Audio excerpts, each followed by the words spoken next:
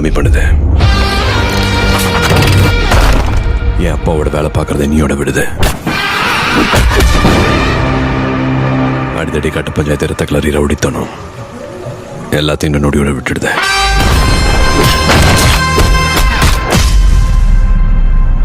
சிரிக்க சந்தோஷமா இருக்க முயற்சி படுது. என் பொறுப்புக்கான பர்பஸ் உன் பாஷையில சொல்லணும்னா என் தம்மம். இனி காதல், பரிசுத்த காதல்.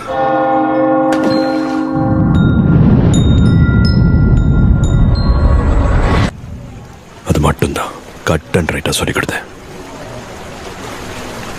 இப்ப நீ சொல்லு, கல்யாணம் பண்ணிக்கலாமாடி?